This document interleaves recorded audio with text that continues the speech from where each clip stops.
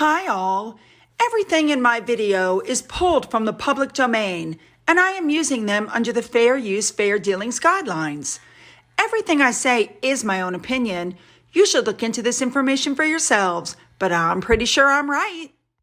Good morning, everybody.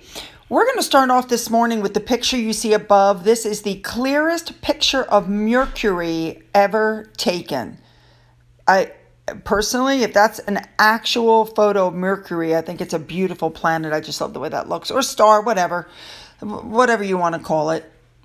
Here we go. We've got PR pushes happening. We've got some updates, a little bit of this, a little bit of that. I hope I can keep your attention long enough, so just hang on. Let's jump in and let's get there, shall we? Let's go. Now, I need to do a correction. The young lady who sent me these absolutely gorgeous photos of the butterflies, apparently these are Morphinia. They're a butterfly from India. Still just as gorgeous. But it's these butterflies, the orange and black ones, that are on the endangered list. Okay, so I have to get that right. Next up, do you guys remember when this came out and Meghan introduced herself to the little kids as the Duchess of Sussex before she read her book, and it didn't go over well and they had to remove the not like down thumb button because it was being pushed like ridiculously? Well, now they're trying to get rid of the books in bulk. You can get 24 books now for like a 90-something% discount. So for $16 and something cents, you could get 24 of them. I guess they just can't get rid of them. And thank you to the cat with the emerald tiara for the photo. And a big thank you to Harry's gray suit for these photos, because that's just creepy. Yeah. All right, moving on. We're going to start off with this article that said that basically the Duchess of Cornwall is supposedly the royal racist after making a joke that Camilla said, supposedly, that Archie might have a ginger afro. You know what? First of all, Harry and Meghan said that conversations took place about his skin, not his hair. But since we know that they've lied about other things, that's possible they lied about that too. You know, what Harry and Meghan have done is so unfair. They've blanketed the whole family with this racist, and this is essentially a witch hunt. And if they would just come out and say who's the royal racist and bring their receipts, of course, they must bring their proof, but they won't do it. And so every 6 months we're having this conversation. It's really getting old. I don't believe anybody said anything, or they would have come out with it in the beginning. We all know that when Harry wrote that book, with the $20 million advance that he got, by the way, which he has not donated any portion of to charity, it was sent back because it wasn't quote unquote juicy enough. There weren't enough details. There weren't enough damning things about his family. So of course they sent the book back to him and told him to make it a little bit more racy. And let me just throw in here, as far as donating money, he apparently is donating, unless I'm mistaken, it's like 1% or 2% of the proceeds of the sales of the book. But since he's already gotten $20 million, why not just go ahead and donate some of that? Okay, I digress. Now, at the same time, it's being reported that the book is finished and they're going to try to get it out by December. Would anybody else have a thought as to why they would want to put it out in December? Anybody? All you have to do is stop and think for a minute about Harry and Meghan's previous behavior. What do they do anytime something big is going on with the royals? What do? They put something out and they try to steal the spotlight. So what do you think's happening in December? That's right. The Earthshot Prize has been announced that it's going to be in Boston, and it's going to be happening in, that's right, December of 2022. So of course, this is when they've now pushed the book release date to try to grab some of the attention from the Earthshot Prize. I gotta be honest, I don't think it's going to work. And mentioning the Earthshot Prize, I want to let you guys know that they have partnered with the mayor of Boston and also with the JFK Library. They posted this on the website. We choose to go to the moon in this decade and do the other things not because they are easy, but because they are hard. I love the fact that they've partnered with the JFK Library and Museum. That makes me very happy. JFK was a great president. He really was. And he was a visionary. All right, moving on.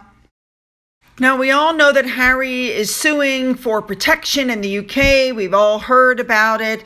And he has apparently won the right to go to Ravik and try to plead his case to Ravik, okay? That's what he's won the right to do. But here's where things get interesting. The stories are coming out that there have been separate incidences in which security alarms were triggered at Harry and Meghan's house, and they were believed to be home with their children, and the police were dispatched, and, they're in danger. But guess what happened? They never found anybody. There were no arrests. Anything could have set off those alarms. I mean, this whole narrative of we're in danger, we're in danger, we're in danger. But nothing ever came of it. The intrusions were listed by the police as trespassing, property crimes, and suspicious circumstances, which is basically, in my opinion, another way of saying they're complaining somebody's on their property, but we can't find anybody. But don't you guys think that it's odd that this is suddenly happening and being reported in the news while the two of them are fighting for security in the UK? And if it's that bad at their house, then maybe they should find other security arrangements. And of course, supposedly there was an intruder on their property while they were flying back from the Queen's Platinum Jubilee. Right, we're going to go in a different direction here for just a second because there's something happening in Europe. I don't get it. You have eco-protesters that have decided that they're going to glue their hands to a priceless Botticelli picture. Thank God there was a sheet of glass over it. Unbelievable. And the reason this is coming out like this is because one of the security guards, after asking these people to take their hands off, got sick of it, reached up, grabbed them, and pulled them off the glass. Here's a video. Watch this.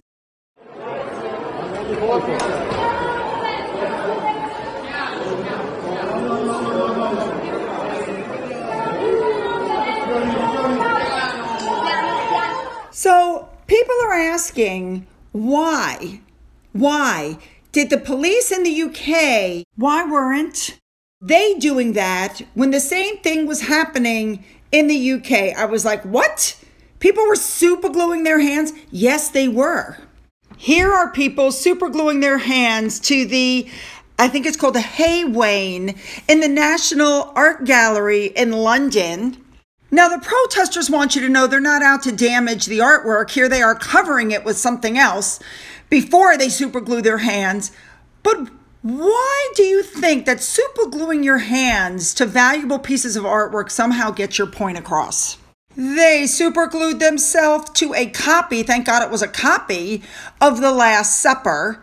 That could, I mean, I don't understand. Maybe I'm just missing something.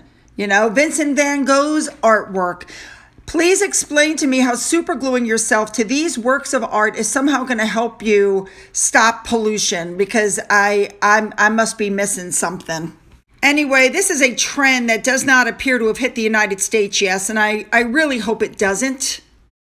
I mean, I don't get it. Even the Tour de France, they tried to disrupt. The Eco Warriors tried to disrupt. And the crowd took it in their own hands and tackled them and pulled them off the road. Could somebody please explain to me how possibly damaging invaluable works of art and how disrupting races that people have trained for years and years help them with their global crisis of eco warriors? Somebody explain that to me, because I must be missing something. All right, heading back to Harry and Meghan, something interesting is going on that I noticed and that other people have noticed. It would appear that Sunshine Sachs is constantly putting out previous unknown or anonymous donations to try to drum up some positive PR for them. So here's one. Elton John's group put out a notice about a launch to help the AIDS Foundation from 4 years ago. Why are you making mention of it now? Nothing's changed. This is just publicity to try to change the narrative.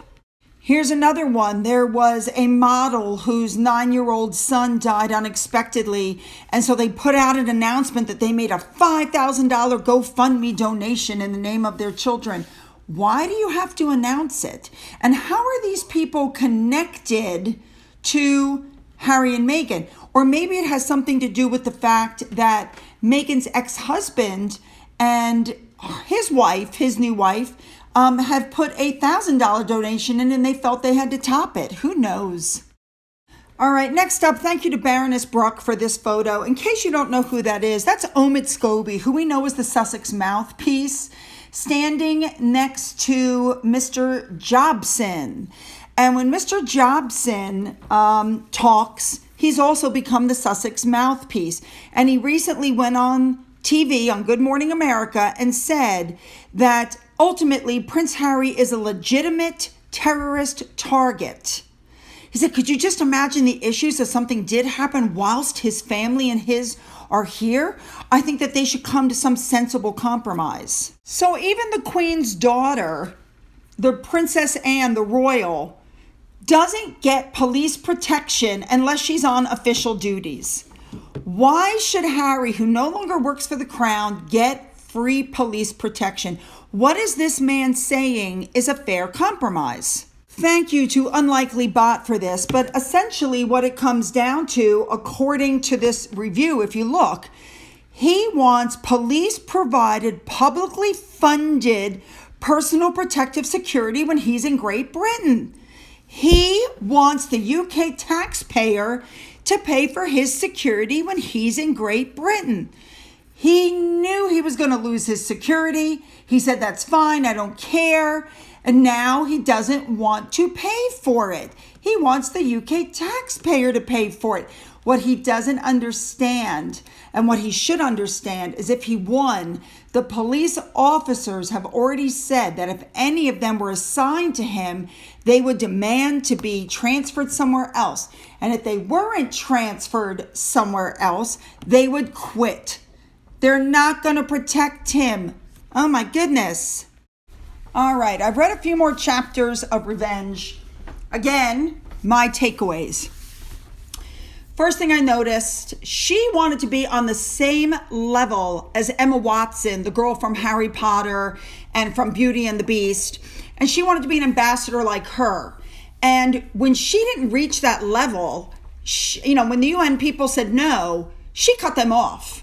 She still spoke kindly, but she never got to that level. And at one point, Emma Watson was in London giving a speech, and she requested to go backstage and meet Emma Watson, and Emma Watson said no. She was snubbed by Emma Watson. She was trying to name drop. That's the first thing that came to me. My second impression is that Meghan liked to think that she was like Meryl Streep. She would show up for shoots. Nobody's allowed to talk to her. Only a select few of people are allowed to talk to her. She wanted total control over the whole shoot. She demanded to be put into the hotel under an alias so nobody could track her. As it turned out, one of the hotels refused to do that and nobody bothered her. She didn't like the suite she was in. She didn't like the water she was in. She made all these demands. What I don't understand is why these companies allowed her to do that. Why didn't the companies say, you know what? You're not that big of a name, because they all admitted she wasn't that big of a name. Why didn't they say, you're not that big of a name and we're not going to do this? This is not in the contract. We're not going to do this. You need to come and do the work. I mean, at one point it was in the book that her manager called her up and said, you need to apologize to everybody, write the apology notes, which it's stated she never did, and you will never behave this way again. It didn't make an impression on her when she was told that. That's very obvious. The other thing that I took away from this is that she was living with Corey. They had a rented house. They were living together, but she didn't want people to know about it for some reason. She didn't put it on the TIG. When she was asked to name 5 famous people you'd invite to dinner, she didn't put him on the list. He financially was assisting her, and as long as people helped her, then she was okay with it. But the second that she couldn't use them anymore for whatever reason, she got rid of them. That's just the way she operated. It's terrible. So I'm looking forward to reading the next few chapters. It's hard for me to slow down and read the back stuff. I'm reading it, don't get me wrong, but I'm ready to get into the juicy stuff now since I'm up to the part where she's like, I don't want to be with Corey anymore and I'm looking for somebody else. I'm pretty sure I'm about to hit the good parts. I'll just suck the book down the rest of the way. But I'm reading just as fast as I can. All right? All right, you guys. So you know I want those comments. What do you think about the PR pushes showing them giving money and all their charitable work trying to change the narrative away from the book? And what do you think about what people are saying about the book so far? What do you guys think about them calling the police claiming that somebody's breaking into their home, and every time the police have gone out there, they have arrested nobody? They haven't been able to find anybody to arrest. What do you guys think of that? So you guys know what I want. Leave those comments. Don't forget to hit the subscribe button and the bell. If you've already hit the button, double check to make sure you're still subscribed. Don't forget you can follow me on Twitter, Getter, Rumble. You can email me. For those of you who have donated to my coffee fund and through the thanks button, thank you so much. And as always, you guys, have a great day.